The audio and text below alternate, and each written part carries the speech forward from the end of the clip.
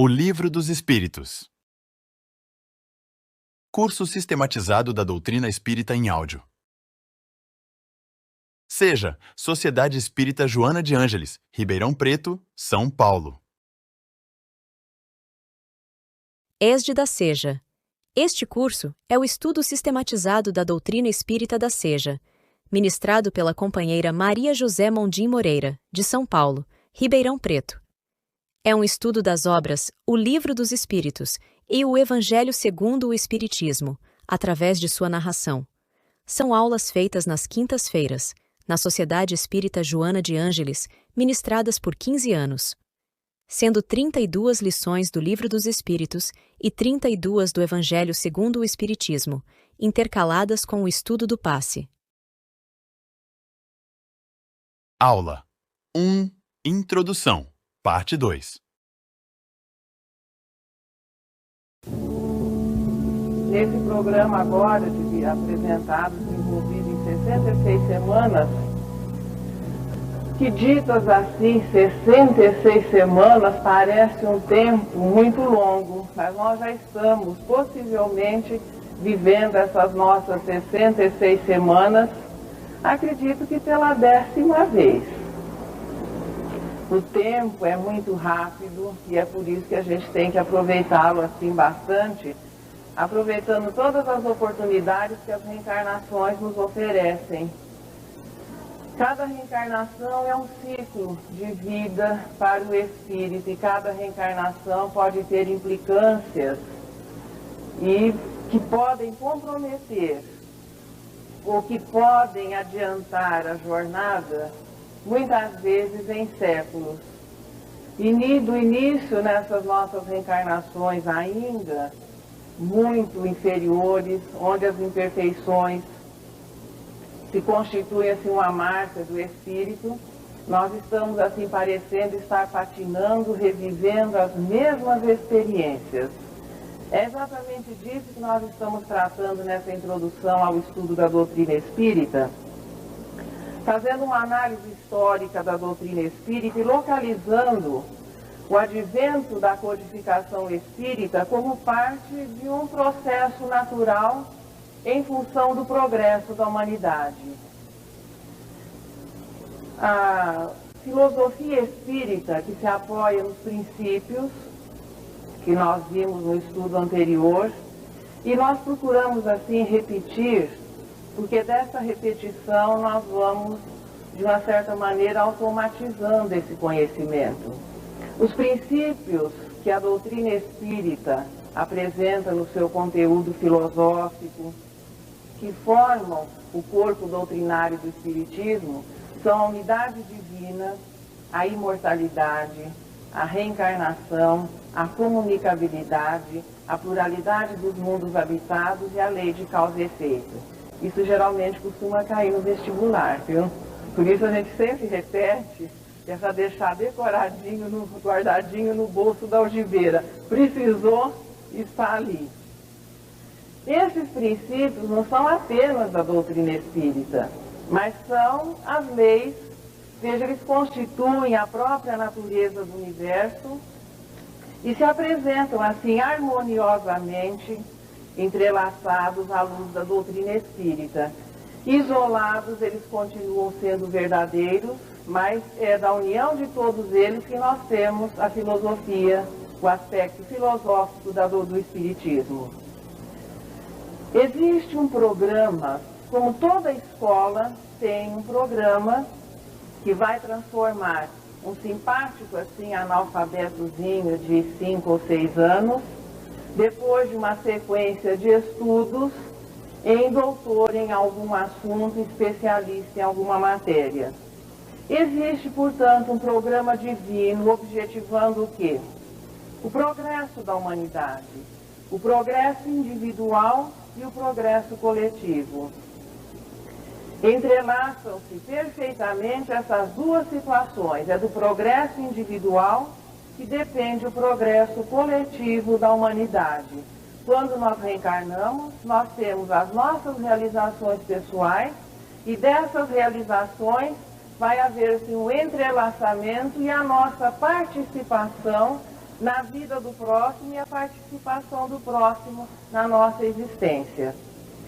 Portanto, desse progresso individual vai se desrealizando o progresso coletivo e a cada época, de acordo com a avaliação divina, as instruções vão sendo oferecidas e os missionários, os espíritos vanguardeiros, esses têm trazido sempre a sua colaboração, a sua participação, facilitando a nossa compreensão, revelando, e a maioria deles vivendo, e muitos deles contribuindo até assim com a própria vida, para que nós pudéssemos aproveitar melhor os seus ensinamentos, para que haja até uma credibilidade maior. Esses espíritos vêm e dedicam assim profundamente as suas existências à instrução da humanidade. Nós vamos recuar um pouquinho no tempo e há 3.000 anos antes de Jesus é feito o lançamento da ideia da unidade divina. Nas areias quentes ali da Caldeia, embora tenha sido aquela época a região fértil do Vale da Mesopotâmia, um homem é chamado a mudar todo o curso da sua vida. E o pastor Abraão, após a visita dos espíritos que os textos bíblicos chamam de anjos, muda não só o rumo da sua existência, como vai por uma jornada viver ali nas terras hoje correspondentes ao Estado de Israel. O que é que passa a diferenciar aquele povo, a família inicialmente de Abraão? Eles passam a cultuar um Deus único. É feito, portanto, o lançamento da ideia da unidade divina para a humanidade terrestre. Mas foram necessários que os séculos se passassem, e 1.300 anos antes de Jesus é que vem a oficialização da unidade divina através do trabalho do profeta Moisés. Essa ideia vai sendo cultivada, mais preservada entre o povo hebreu para que se fortalecesse.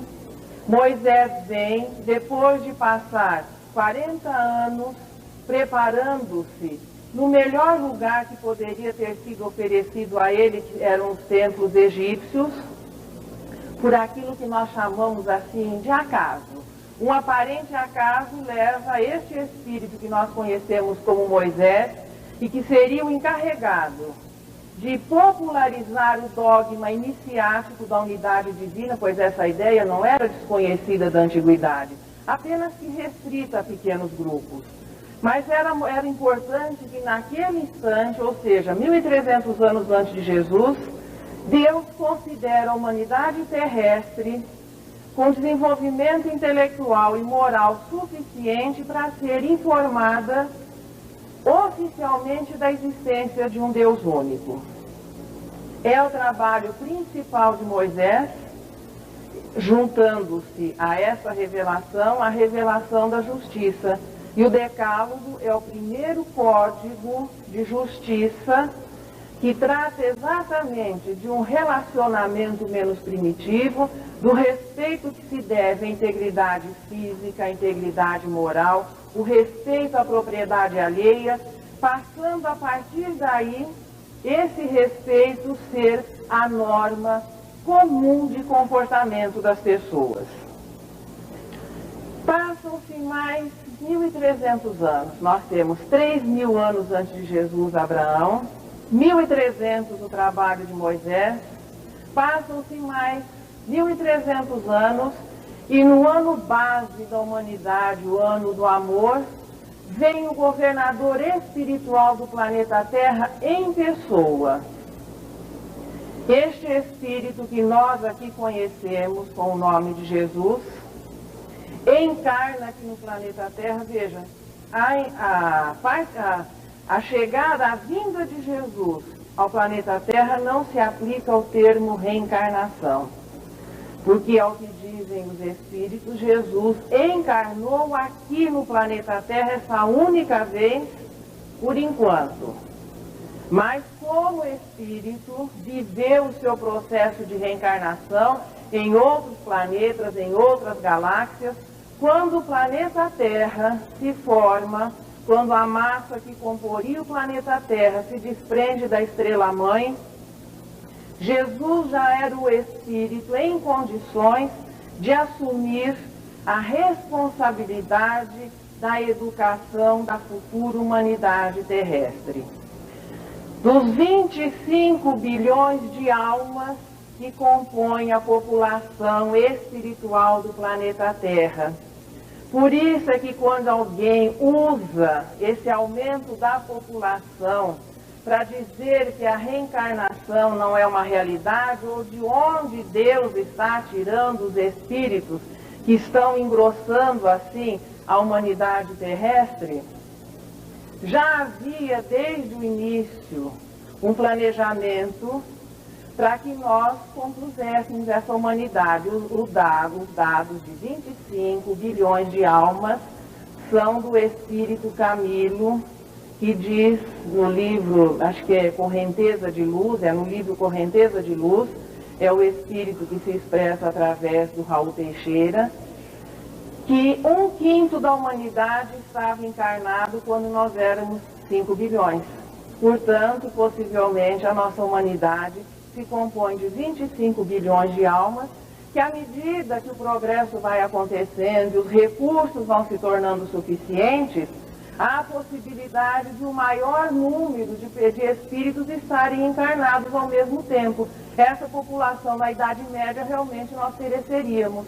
Hoje já existem as condições para que possivelmente 6 bilhões de almas possam partilhar da mesma experiência reencarnatória. Mas voltando a Jesus.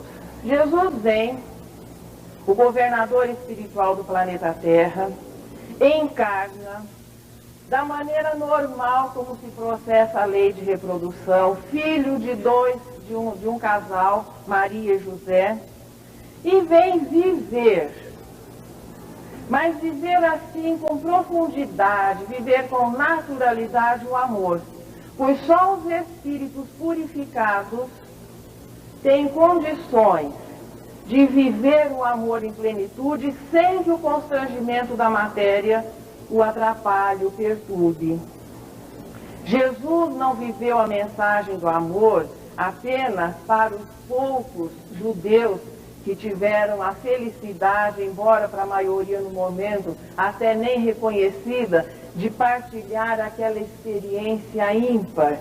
Imagine se um de nós hoje descobrir que nós fomos contemporâneos, que conhecemos Jesus e que naquele momento, se nós houvéssemos compreendido a mensagem há 2000 anos, estaríamos aqui ainda patinando em provas de expiação. No mínimo, seríamos esses espíritos vanguardeiros que estão aí promovendo o progresso da humanidade. Jesus também não veio trazer a sua mensagem para aquele número restrito de espíritos encarnados naquela época. Mas Jesus veio trazer a mensagem exatamente para os 25 bilhões de almas que nós somos. Por que um espírito purificado? Porque o problema da revelação do amor não foi apenas as histórias que Jesus contou ou as experiências que ele viveu, mas é o amor extremo em pensamento. Em nenhum instante a nossa conduta ou a nossa ainda incapacidade de compreender alterou o humor, alterou os sentimentos do Mestre. Em todos os momentos ele nos compreendeu, encarando a nossa maldade, entre aspas, como ignorância, e foi a sua mensagem final. Passam-se mais 1.800 anos, tempo suficiente para que a humanidade, ou pelo menos para que uma parte dos espíritos que compõem a humanidade, tivesse conseguido assimilar as lições anteriores, às quais se incorpora a revelação de Jesus, e chega o momento da revelação da verdade. Qual é o papel principal da doutrina espírita? Revelar as leis que regem o universo em seu aspecto moral e seu aspecto material, comprovando aquilo que Jesus havia feito o lançamento, a ideia da vida futura. Jesus se refere, a base do cristianismo é a vida futura, mas ele não podia se expressar com maior liberdade, porque a humanidade sequer ainda tinha uma noção do que fosse o mundo. Quando Pedro falava o mundo, ou que Jesus dizia na casa do Pai há muitas moradas, qual era o conceito, a ideia que se tinha à época? Muito restrita, muito limitada. Jesus, portanto, não pôde se estender mais a respeito do assunto, mas fica claro nas lições do cristianismo a certeza dessa continuidade, a certeza da imortalidade. Vem a doutrina espírita e, através da comunicabilidade que se processa na mediunidade, que é a faculdade humana, os espíritos puderam vir, dar o endereço, provar a sua identidade, e fica muito claro que a vida continua, que após cessar da vida física continuamos a existir, e que antes dessa identidade já tivemos um número infinito de identidades anteriores no processamento da reencarnação. O Espiritismo também faz o lançamento de uma ideia, que é o lançamento a ideia da pluralidade dos mundos habitados. E nós temos assim sempre aquela curiosidade, mas os espíritos não poderiam dar provas mais assim concretas da existência de vida inteligente em outros planetas? Não é papel do Espiritismo provar a pluralidade dos mundos habitados, isso vai caber à ciência. Mas é a doutrina espírita que se apoia nesse conceito universalista de Deus e dos espíritos. Tendo o espírita a certeza de que nós não somos uma população de 5 bilhões de almas isolados num planetinha que orbita ao redor de uma estrela de quinta grandeza e que o resto todo do universo seja para que os poetas se inspirem à noite para que a gente enxergue as estrelas. Da doutrina espírita, a pluralidade é uma realidade, é natural. Não só os mundos materiais, como os mundos já de ordem espiritual. Mas não é a doutrina espírita, não cabe à doutrina espírita a responsabilidade de provar que não somos os únicos representantes da espécie inteligente no universo. O importante de tudo isso é que quando se estuda, veja, pode-se estudar a história do ponto de vista da arquitetura, do ponto de vista das línguas, do ponto de vista de vários aspectos, mas podemos estudar a história através do desenvolvimento do sentimento de religiosidade, que é a primeira parte do sentimento que desperta. E os fatos históricos, a partir dessa avaliação, eles começam a ter um novo sentido. A história do Brasil não é um ponto isolado no mundo, ela se entrelaça com a história de todos os demais povos, com toda a história da antiguidade. Pois o povo brasileiro, nós temos aí 500 anos, mais ou menos, de oficialização do país, mas em verdade uns 200 e pouco, ou 300 anos de um desenvolvimento maior cultural. De onde vieram os espíritos, nós que formamos aqui o país Brasil? A nossa vinda para o Brasil é tão recente que ainda nós temos um comportamento mais ou menos correspondente à época da colonização. Vem-se ao Brasil para enriquecer aqui, levar o que puder e depois imaginando que vamos para outro lugar. Não vamos.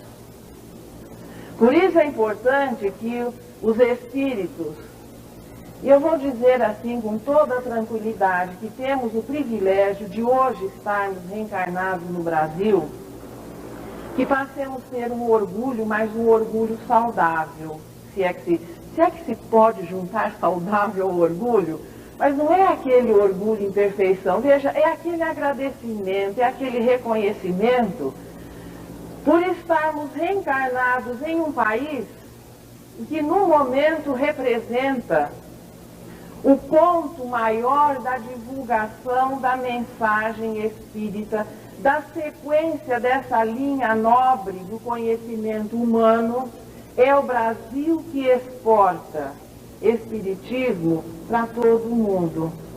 Nós somos país de primeiro mundo realmente no aspecto doutrina espírita.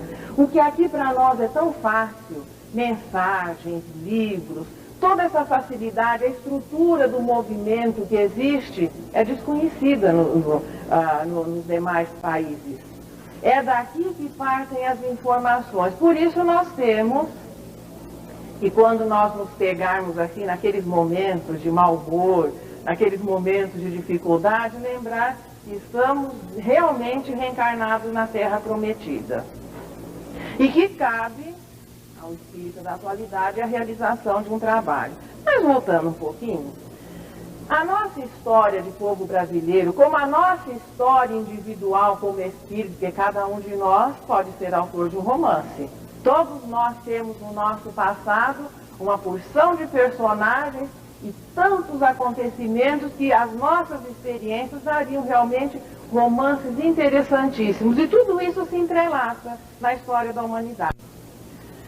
Emmanuel faz uma afirmação em uma das suas mensagens que hoje nós vivemos no mundo, 1996, problemas expiatórios da Idade Média. Que muito das pessoas que passam que sofrem violência, essa situação de hoje, essas provas coletivas, dificuldades, tudo isso ainda são os espíritos se reabilitando de problemas iniciados na Idade Média. E já se passaram praticamente quase 500 anos.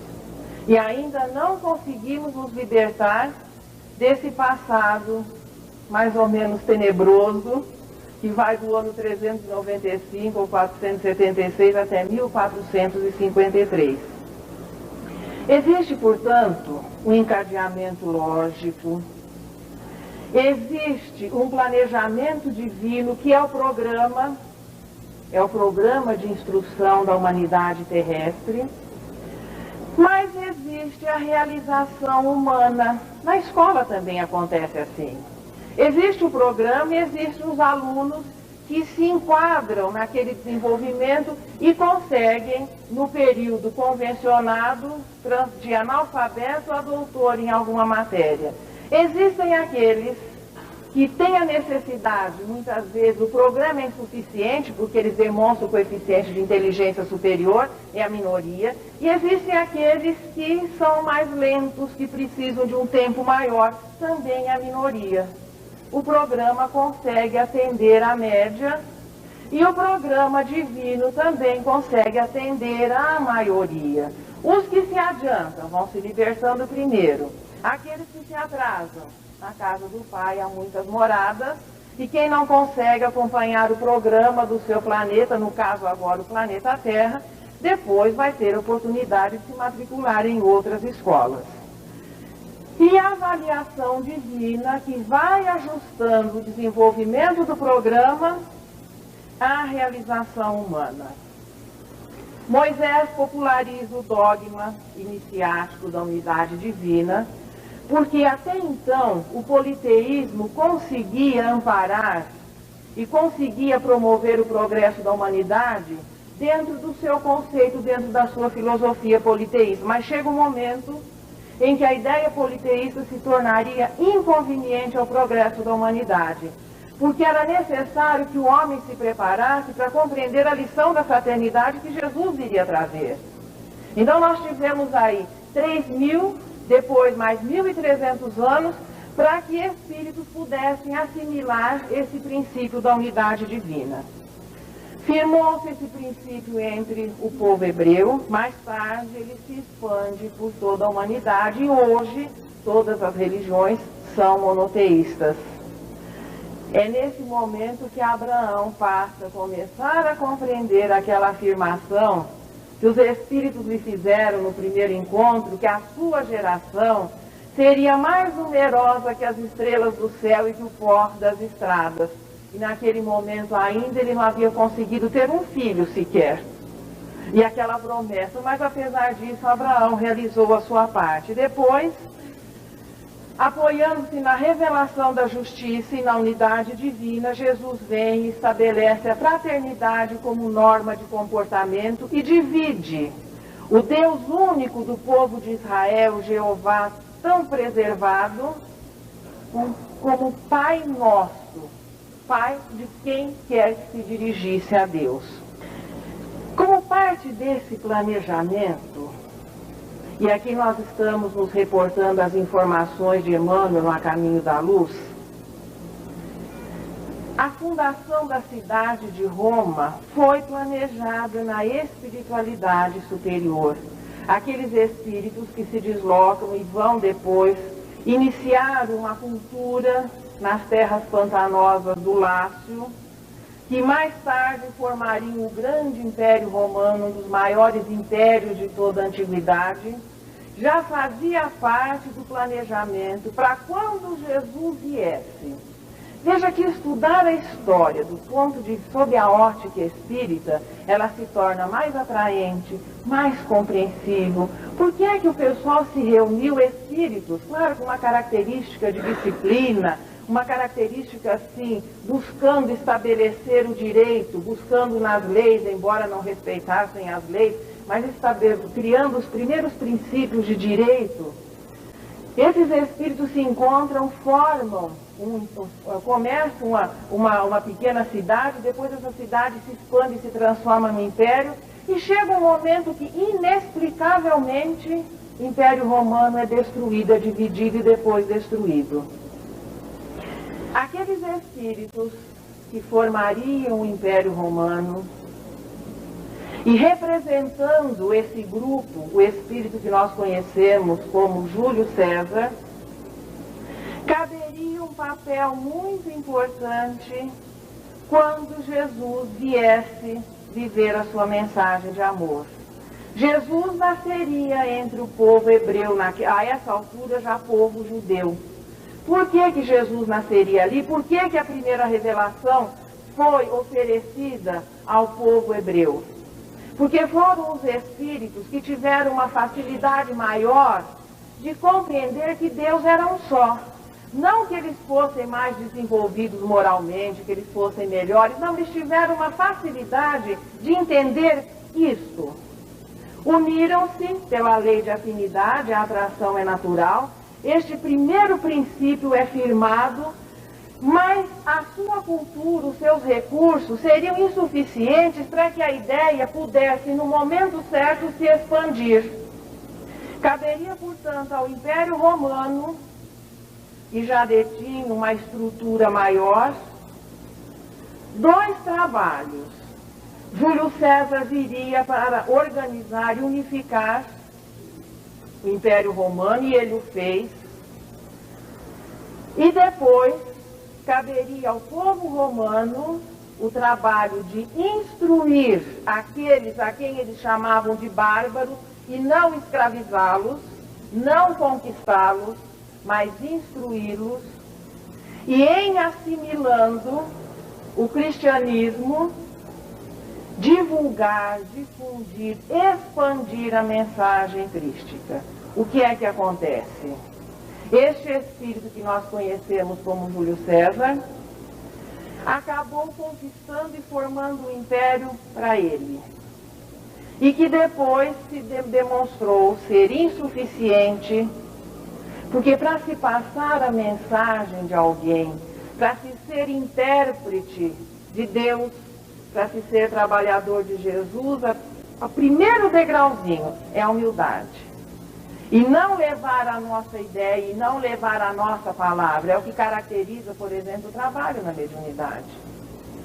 E, inexplicavelmente, o Império Romano desaparece, exatamente porque, aqui ainda, voltando, nós estamos usando informações de Humberto de Campos e de Emmanuel em A Caminho da Luz. Aqueles espíritos que deveriam ter sido instruídos através do cristianismo, os bárbaros, vieram buscar em Roma o que era deles. O Império Romano se desfaz. A dissolução, veja, o esfacelamento, o desaparecimento do poderio de Roma provoca uma onda de choque e o mundo mergulha nos 10 séculos da Idade Média. O mundo ocidental foi uma volta à linha de base, de reavaliação, retorna a seu sistema primitivo do feudalismo, as instituições praticamente desaparecem, e o homem, e a humanidade aqui ocidental, vai reconstruir passo a passo aquilo que havia perdido. Veja, do brilho da civilização grega, do brilho da civilização romana, ingressamos naquele longo período da Idade Média, e a partir a humanidade vai reconstruir, vai se renovar, para que depois, quando chegasse o momento certo, o retorno do Consolador, já existissem as condições favoráveis para que a mensagem pudesse ser divulgada com segurança, partindo de um local que no momento representaria a cultura, um lugar que naquele momento estivesse detendo assim uma liderança cultural amistosa. A França passou, veja, o povo francês passou por várias dificuldades, e nós vamos reencontrar, depois da Revolução Francesa, o espírito que nós conhecemos como Napoleão Bonaparte, que as informações ainda são de Humberto de Campos. Espírita adora essas biografias reencarnatórias, né? Eu não sou muito assim, não tenho, acho que a gente precisa ter muito cuidado em divulgar esse foi aquele, fulano, mas aqui nós temos as informações de Humberto de Campos. E este espírito que nós conhecemos como Napoleão Bonaparte, que fez assim uma carreira meteórica, ele nem francês era, ele era da Córcega, quando a Córcega ainda não era francesa. Recusou-se durante muito tempo a assumir a cidadania francesa, já havia sido obrigado a se considerar francês, mas assinou Bonaparte durante muito tempo, recusando-se a aceitar aquela imposição que foi quando a Córcega passou para o domínio francês. E de repente ele chega à situação de ser imperador da França. A França que havia lutado tanto tempo para terminar com a monarquia, Napoleão vem e coroa-se imperador, não permitindo nem que o coroasse. Ele tira a coroa da mão do Papa, coloca na sua cabeça e assume a liderança do povo francês. A este espírito cabia também um papel importante no mundo moderno. E é Humberto de Campos que narra, no momento em que ele vai reencarnar, é a figura que nós conhecemos como Allan Kardec, que o leva nos braços e o entrega àquela que seria sua mãe. É Humberto de Campos que aquela liderança natural, aquela, de uma certa maneira, facilidade natural para organizar, para administrar, que ele reorganizasse a França ainda muito machucada com a Revolução Francesa, para que a França passasse a exercer uma liderança cultural amistosa, aquele trabalho que caberia a Júlio César, para que quando a mensagem espírita chegasse não houvesse dificuldade para que ela se expandisse além das fronteiras. Apenas que mais uma vez esse espírito vem e constrói um império para ele. E essa é a causa porque inexplicavelmente também a sua carreira é de uma certa maneira interceptada e ele desencarna assim em pouco tempo, saindo do cenário terrestre. A 3 de outubro de 1804, o espírito que nós conhecemos como Hippolyte Léon Denisard Rivaio chega ao cenário terrestre e é Humberto de Campos também que narra a reunião sublime que foi feita no mundo espiritual, em que vários espíritos estavam habilitados à realização dessa tarefa, que era ser o ponto de apoio para o retorno do Espírito de verdade, era o cumprimento da promessa do Consolador que Jesus havia feito, e ali era o momento exato em que a humanidade, após aquele período de estagnação, mas de uma certa maneira de preparo da Idade Média, vivia o renascimento, vivia o retorno à cultura, à ciência, à filosofia, e o materialismo também procurando solapar a visão espiritualista da vida. Era o momento certo para o retorno do Consolador prometido, era o momento certo do advento da codificação. Kardec chega neste cenário e, veja, há continuidade do desenvolvimento do programa. Nós vamos agora acompanhar assim com bastante datas, para que se sinta assim o entrelaçamento da mensagem que veio até a França e depois a maneira como este trabalho é transferido para o Brasil. Um continente inteiro, ainda voltando um pouquinho à Idade Média, por volta de 1500, um continente inteiro havia sido preservado, não tendo sido contaminado ainda com os problemas que a humanidade havia vivido até então, de uma certa maneira, nesse surto civilizador. É Humberto de Campos, no livro Brasil, Coração do Mundo, que ressalta a importância da escola de Sagres, que corresponderia hoje à NASA.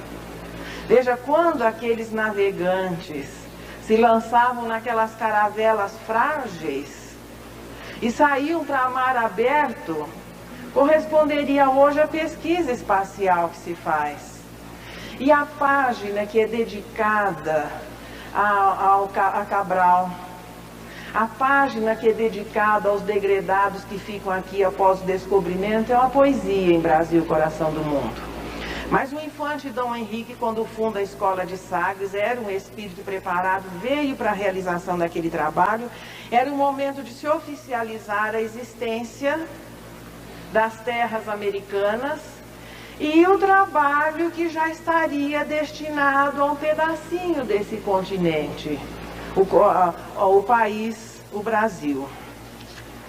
Os precursores da ideia espírita, veja, o trabalho continua. Os precursores da ideia espírita que nós vimos no estudo anterior, cada um vai se posicionando, vai realizando a sua tarefa. Naquele momento em que Kardec é escolhido, vários espíritos poderiam realizar a tarefa, mas Jesus se dirige particularmente a um dos seus antigos discípulos. Eu deixei isso em pendência da reunião passada. Ele não conta. Eu adoraria chegar aqui e dizer para vocês, é este, mas Humberto de Campos não conta. Só diz que é um dos seus antigos discípulos. Como nas mensagens que existem no Livro dos Médiuns, assinada pelo Espírito de Verdade, que não são assinadas, mas que no Evangelho são assinadas pelo Espírito de Verdade, ali também Jesus diz, e o meu apóstolo vos ensina, não fala quem. Então sinto muito, mas não posso também dizer dos 12 quem seria o codificador. Um dos seus antigos discípulos é escolhido para centralizar aquele trabalho que já vinha sendo encaminhado. A descoberta do continente, o movimento de efeitos físicos, o movimento precursor, as ideias que iam sendo lançadas. E no momento exato, a codificação espírita surge aonde? Na própria França, que apesar de o plano estabelecido e assumido pelo espírito que foi Napoleão e naturalmente por uma equipe, não haver sido realizado, a França consegue naquele momento ser o país que lidera o mundo ocidental culturalmente. A partir de 1822, e nós estamos, claro, passando igual televisão, né? Passando bem rapidinho as datas, nós vamos ficar aqui 2000 anos contando a história, né? Mas em 1822, o Brasil alcança a maioridade, ou seja, quando é oficializada a sua liberdade, quer dizer, o Brasil se desvincula do reino português, e a partir daí o povo brasileiro passa a ser responsável pelos destinos da nossa terra. A essa altura, José Bonifácio já mantinha uma correspondência acerca de homeopatia com o próprio criador da homeopatia, com Hahnemann. Portanto, a ideia da homeopatia já tinha adeptos, já não era tão desconhecida aqui na terra brasileira. Diz Humberto de Campos ainda que em 1830 foi feita uma reunião muito importante na espiritualidade, porque era importante que fossem traçados os planos para os próximos 100 anos. E é colocado que esses 100 anos seriam muito importantes e decisivos na história da humanidade. E nessa reunião é escolhido, veja, estávamos ainda em 1830. Nessa reunião é escolhido o espírito que viria centralizar o movimento espírita em terras brasileiras. Ainda o livro dos espíritos não existia, os fenômenos de Hydesville não haviam acontecido, mas nessa reunião, jamais voltada para assuntos brasileiros, Jesus naquele dia levou a pasta dos assuntos brasileiros. É escolhido o espírito que realizaria o trabalho de unificação do movimento espírita que ainda não existia. Dá para entender? É o Ministério do Planejamento. O Ministério do Planejamento e o Departamento de Replanejamento como trabalho na espiritualidade. Porque se existe um plano, existe a realização humana. Traçam-se os planos e os homens vão realizando. E os reajustes têm que ser feitos, acredito que hora a hora, minuto a minuto, para que não haja, veja, problema de solução de continuidade na realização da tarefa. Mas é escolhido um espírito e no dia 29 de agosto de 1831, chega no Ceará, na cidadezinha assim, na vila do Riacho do Sangue, o espírito que nós conhecemos aqui como Adolfo Bezerra de Menezes, que vai crescendo, se torna menino, muito jovem, vem aqui para o sul, para o Rio de Janeiro, para estudar medicina, passando por dificuldades muito grandes, mas conseguindo alcançar o seu diploma, sendo um médico respeitável, desenvolvendo-se também na política, sendo uma pessoa de créditos reconhecidos, de capacidade, e que daria apoio no momento certo à ideia espírita que já estava nos planos do Papai do Céu, viria para o Brasil. Em 1840, Bezerra de Menezes tinha 9 anos.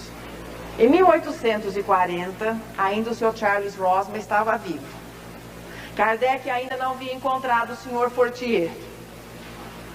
Alguns espíritos já estavam fazendo umas estrepolias, mas por enquanto as coisas todas ainda em normalidade. Em 1840, os doutores Bento Mir e Vicente Martins introduzem a homeopatia no Brasil e os passes magnéticos, que eram novidade na Europa. Que no século entre 1870, entre 1700 e 1800, Mesmer redescobre o magnetismo para o mundo ocidental. E a fluidoterapia e o magnetismo fez sucesso, tanto que até o próprio professor Rivaio se dedica ao estudo dessa nova ciência. E as novidades, claro, surgiam na Europa e depois eram encaminhadas aqui para o novo continente. E a homeopatia e o magnetismo começam a fazer adeptos e se tornar familiar ao povo brasileiro. Em 1848, acontecem aqueles célebres fenômenos de Hydesville, que nós comentávamos no estudo anterior. E em 1853, o Marquês de Olinda e o Visconde de Uberaba formam um grupo para fazer aquilo que se fazia na Europa. pesquisar aquelas manifestações extraordinárias, interessantes, as mesas girantes, a movimentação de objetos. Também esse lado ecoou aqui no continente, e pessoas se propuseram ao estudo destes fenômenos. Em 1855, na França, Kardec, professor Rivaio, desculpem, encontra o Sr. Fortier. É quando ele diz ao Sr. Fortier que acreditaria sim, quando visse que uma mesa podia se movimentar sozinha e ainda mais dar respostas inteligentes. O professor Rivaio, formado na escola de Yverdon, conhecendo tudo aquilo que a ciência podia oferecer no momento, não, eu só vou acreditar quando vir ou quando me provarem que uma mesa tem cérebro e nervos para sentir e que possamos torná-la sonâmbula. E continuou a sua vidinha de guarda-livros e de tradutor e de professor, mas em 1856 ele encontra o Sr. Carlotti. O Sr. Carlotti foi mais convincente, possivelmente de origem italiana, falando com a boca e com as mãos, e acaba o professor Rivaio concordando em ir em uma terça-feira do mês de maio à casa da senhora Plené-Maison, onde pela primeira vez viu aqueles fenômenos extraordinários. Desse primeiro encontro ao surgimento de O Livro dos Espíritos, no dia 18 de abril de 1857, foi praticamente um ano. Um ano depois, O Livro dos Espíritos chegava. Veja, os princípios que formariam a doutrina espírita, as ideias dos espíritos que são contidas nas respostas, viriam instruir, consolar, porque nada mais importante, diz Emmanuel numa mensagem de finados, que não existe dor maior do que quando alguém amado parte levado pela morte. E essa dor, sem uma explicação, se tornava muito maior. E o medo da morte ainda continua sendo um dos maiores temores da humanidade. É o que diz a doutrina espírita na abertura do Céu e Inferno. Não é uma pergunta, é uma afirmação. Por que os espíritas não temem a morte? Veja que Kardec aposta e não faz uma pergunta, faz uma afirmação. Quem conhece as leis divinas não tem por que temer a morte. Mas um ano apenas e o Livro dos Espíritos viria como cumprimento da promessa feita por Jesus, praticamente no momento da despedida dos seus discípulos, antecedendo alguns dias a crucificação, que ele tornaria. E é o Livro dos Espíritos que vem instruir e consolar a humanidade. Em 1860, aqui no Brasil, vocês vão acompanhando assim, França, isso, aquilo, agora voltamos para o Brasil. 1860, aqui no Brasil, surgem as primeiras publicações, os primeiros artigos de jornal com referência à doutrina espírita, respostas a pessoas que estavam assim ridicularizando o trabalho dos espíritos. E Luiz Olímpio Teles de Menezes é o primeiro jornalista espírita e posteriormente fundaria o primeiro jornal espírita na Bahia, o Eco do Além Túmulo.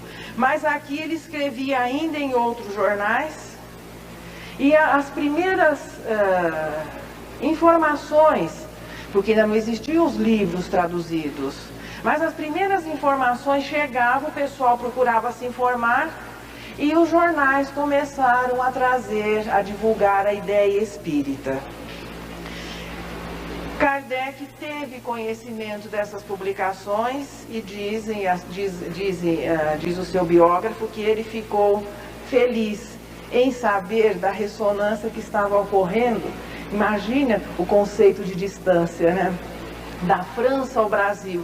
Que aqui no Brasil o pessoal já estudava, já pesquisava, já se importava com aquela ideia. Em 1873 é fundado, veja, grupos particulares foram surgindo, mas o primeiro grupo que se organiza com estatutos impressos, quase já com características de centro, foi o grupo Confúcio. Este espírito vinha se manifestando, conversando com as pessoas, depois consegue reunir um grupo, eles formam praticamente uma pequena sociedade.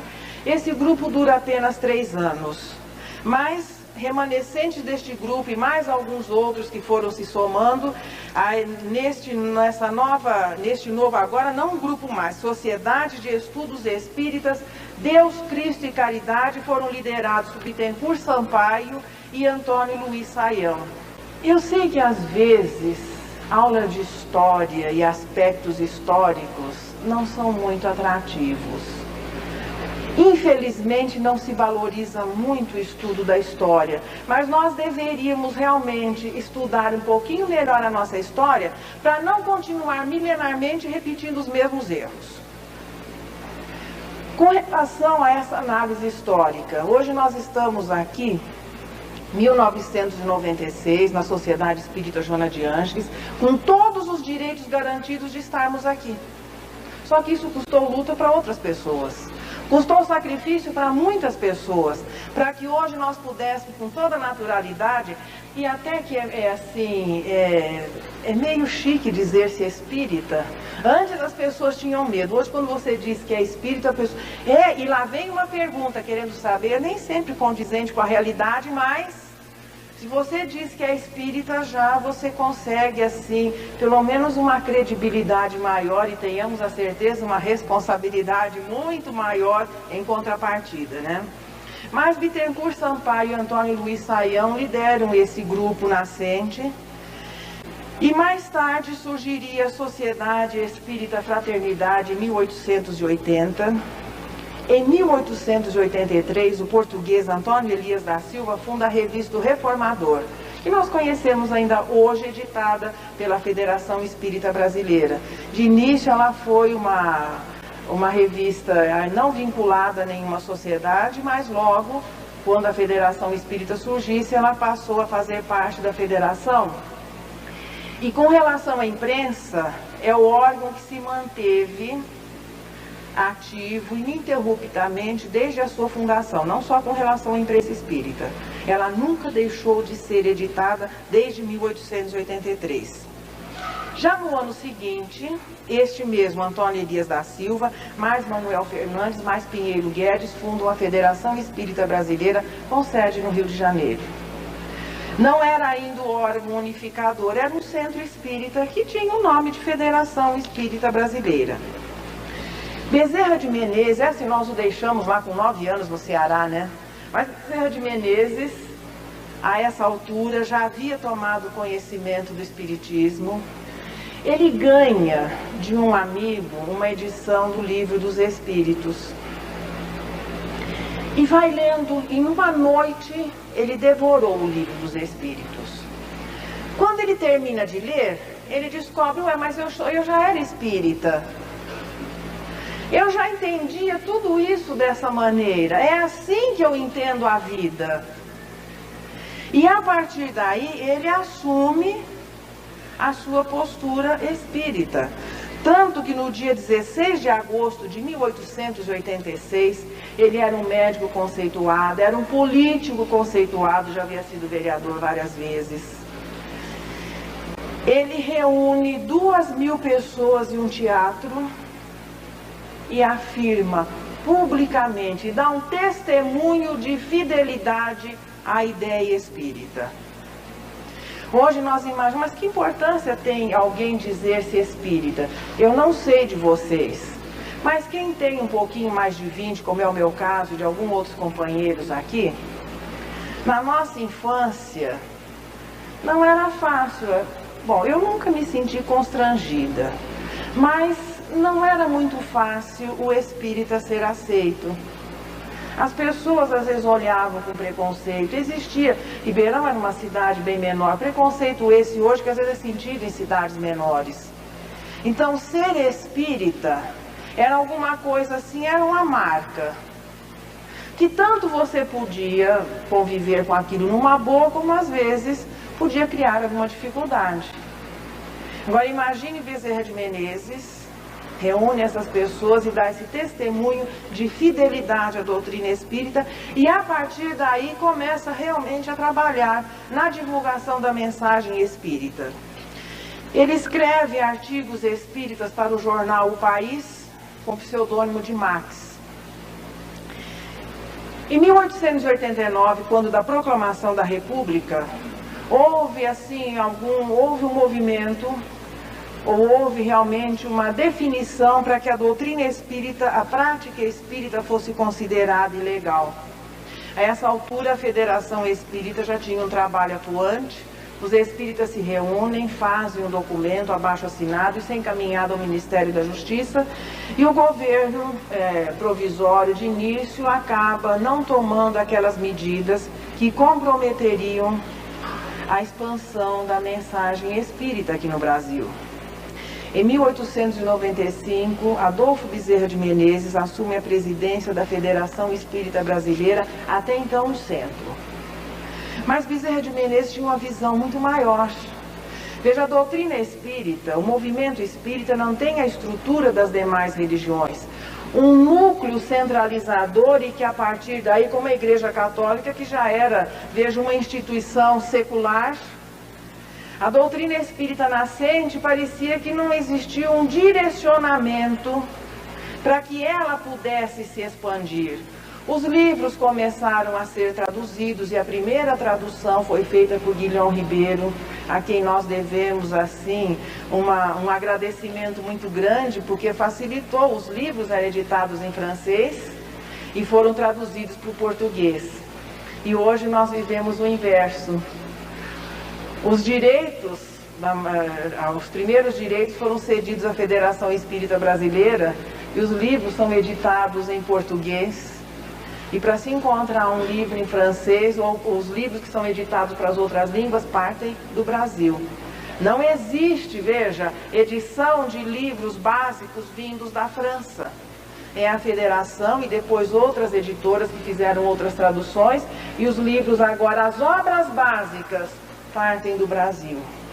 Mas Bezerra de Menezes já, claro, era do espírito preparado para criar as bases do que hoje nós chamamos de movimento espírita.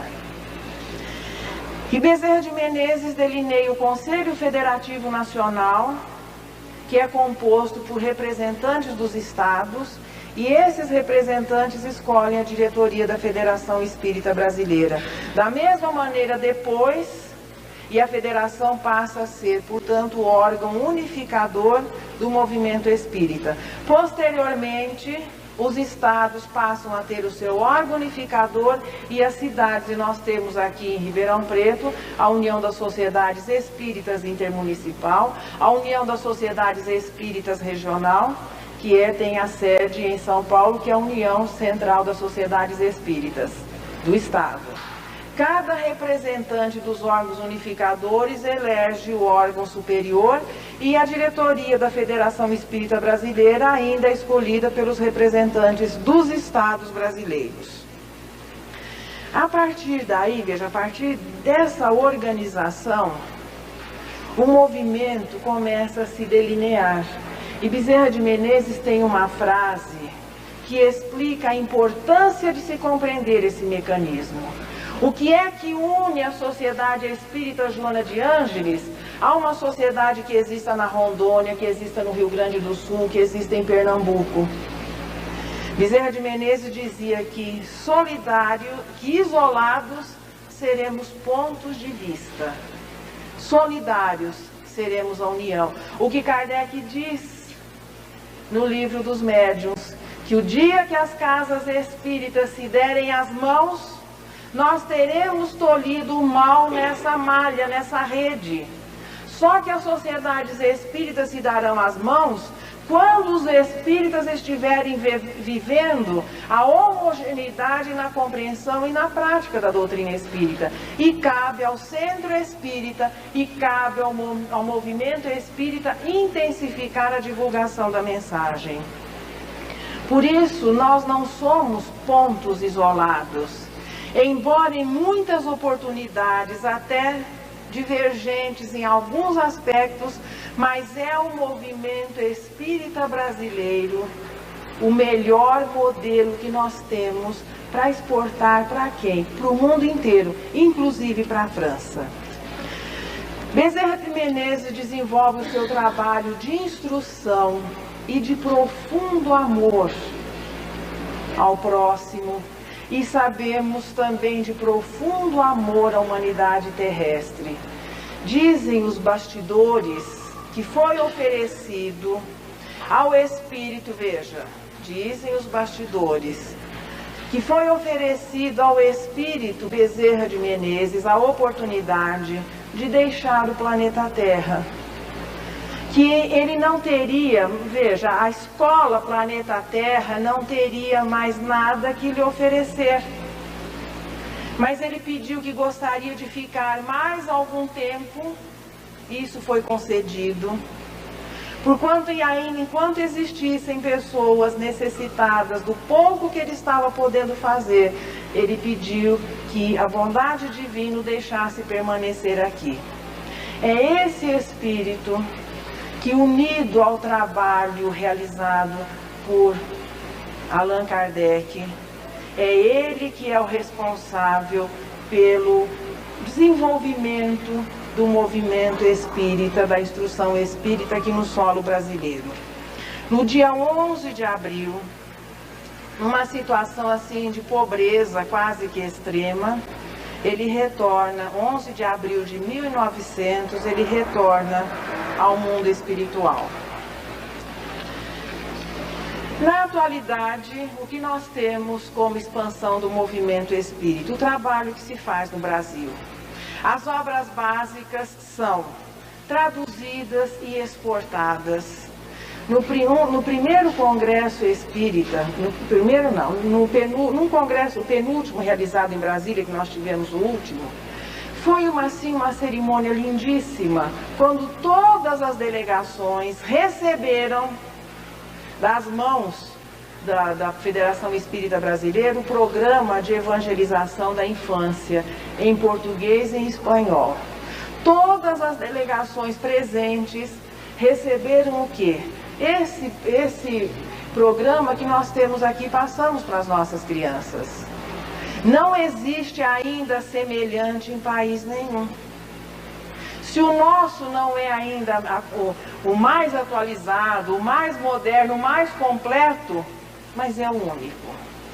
E nós tivemos também os contemporâneos de Kardec, Leon Denis, Bozano, Camille Flammarion, Gabriel Delane. As suas obras são editadas hoje no Brasil e são exportadas.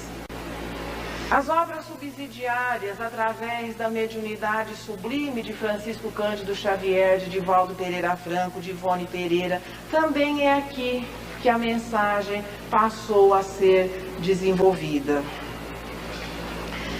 Possivelmente o nosso movimento, e com certeza ele ainda tem assim muitos defeitos e muitas imperfeições, mas vamos dizer que existe a proposta divina e o movimento é a realização nossa, é a realização humana e tem naturalmente as nossas imperfeições. E só vai se tornar melhor quando nós formos naturalmente melhores. E é ainda do Brasil que partem as experiências de centro espírita, de movimento espírita, de programa de evangelização, de estudo da mediunidade. O centro espírita que teve assim o seu primeiro ensaio na Casa do Caminho, que era aquela casa simples que Emmanuel descreve no livro Paulo e Estevão, que ficava situada na estrada entre Jerusalém e Jope, hoje Porto de Jaffa. Aquela comunidade que chegou a abrigar 5 mil pessoas, administrada pelos discípulos. E dali não só partia a assistência, mas principalmente a instrução, que depois revive na Sociedade Parisiense de Estudos Espíritas em pleno coração da França, e que hoje revive possivelmente nas 5.000 sociedades, nos 5.000 centros espíritas espalhados por todo esse Brasil. É um número muito grande, 5.000 centros espíritas, insuficiente. É muito importante, como diz o codificador no Livro dos Médiuns, que exista um número muito grande de pequenas sociedades, que cada espírita, quando consciente da sua realidade, comece a renunciar um pouquinho à sua comodidade, o seu conforto, E se preocupe realmente em dar início a uma pequena célula do movimento espírita, que é o Centro Espírita. É no Centro Espírita que nós vamos aprender e é no Centro Espírita que nós vamos poder divulgar essa mensagem com segurança.